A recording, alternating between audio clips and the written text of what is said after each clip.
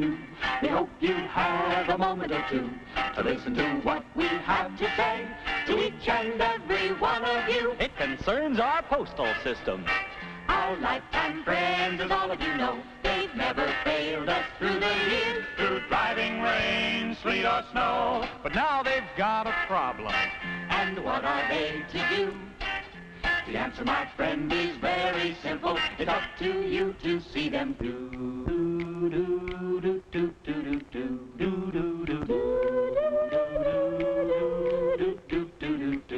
Well, back in the days of the 13 colonies, cry was freedom and how to defend it. Mailing a letter wasn't much trouble. There weren't too many places to send it. But now it's a different story. They've got more mail than ever before. It's stuffed in bags, stacked on shelves. There's hardly room for anything more. There's been a mail explosion. They've got a terrible load. You've got to help them right away before the U.S. Post Office explodes.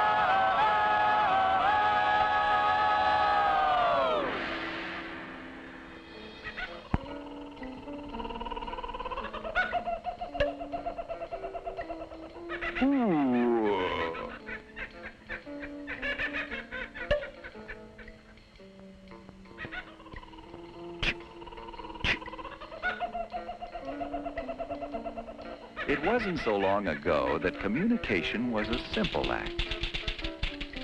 But the range of the human voice is limited. So, man's ingenuity found ways to bridge distance. He invented writing and typographical errors.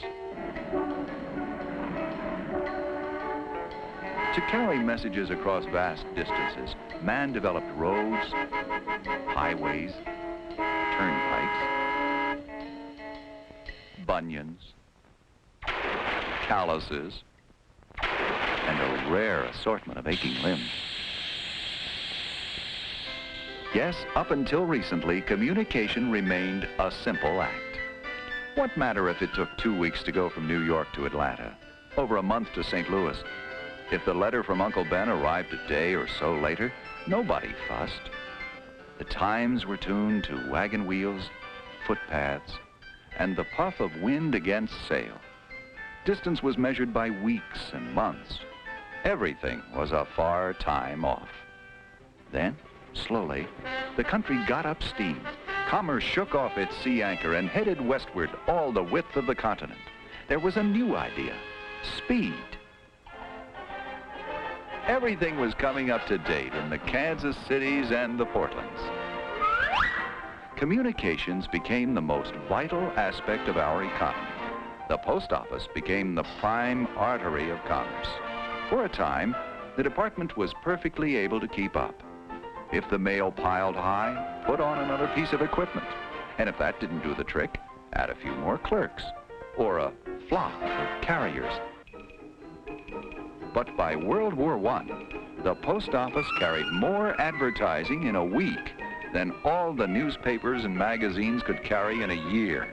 It was the country's bill collector, check deliverer, errand runner. The volume of mail delivered leaped to 20 billion. By 1948, it had doubled, 40 billion. This year, doubled again, nearly 80 billion pieces of mail. Literally, the post office stands to be swamped, overwhelmed, drowned in a sea of mail. Where do we go from here? Patchwork, piecemeal solutions based upon obsolete transportation routes will not work. The answer has to be as new as the challenge is new. And the post office has the only logical answer: zip code. Mail distribution via the straight line, always the shortest distance between two distant points. Zip code. 5 trailblazing numbers like this one launch every piece of mail with space-age speed and precision.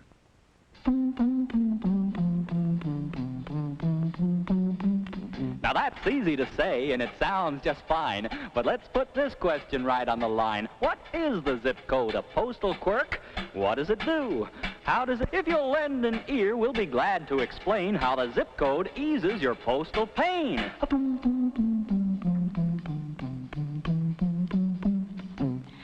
digit tells in which part of the nation your letter will find its destination. Since the country's divided into 10 big sections, each with a number to establish direction, your letter has even departed. We've already got it started.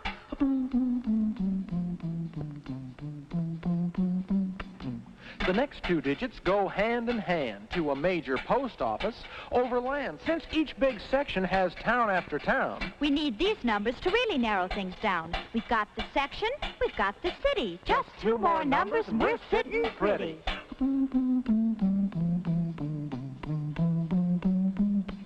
These last 2 digits are really specific. They're your local post office number. Terrific! What a system. As you can plainly see, just 5 little numbers, quick as can be. But if you have a question or you have a doubt, if you're still not sure what the whole thing's about, just always remember, zip code defined Means city to city in one straight line.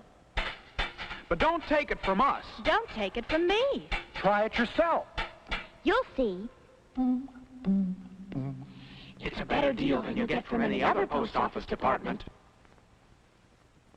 Yes, zip code is a better deal.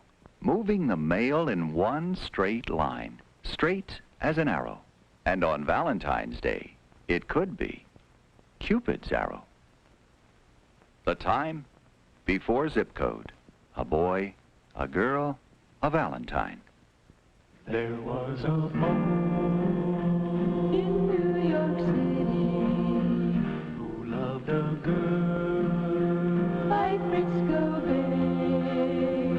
He sent a card to say he loved her, to say he cared that special way. His letters zigged and lagged along the way. His lonely letter lagged day after day.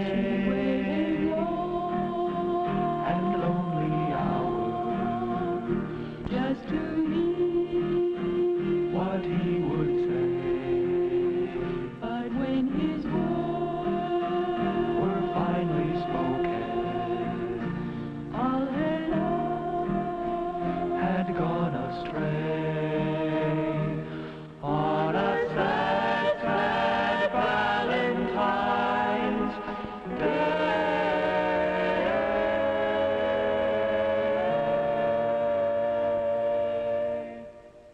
And now, another Valentine, carefully zip-coded, here and here. A different girl, still far away by Frisco Bay, but the same boy, a little older and a little wiser. His letter flew across the country. In just one day, it reached her hand.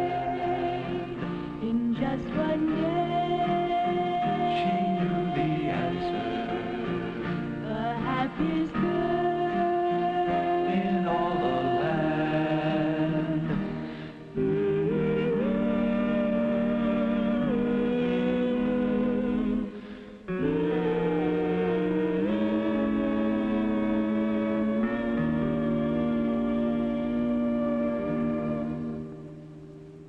And those zip code numbers will help clear up 2 of the major problems that give the post office department fits.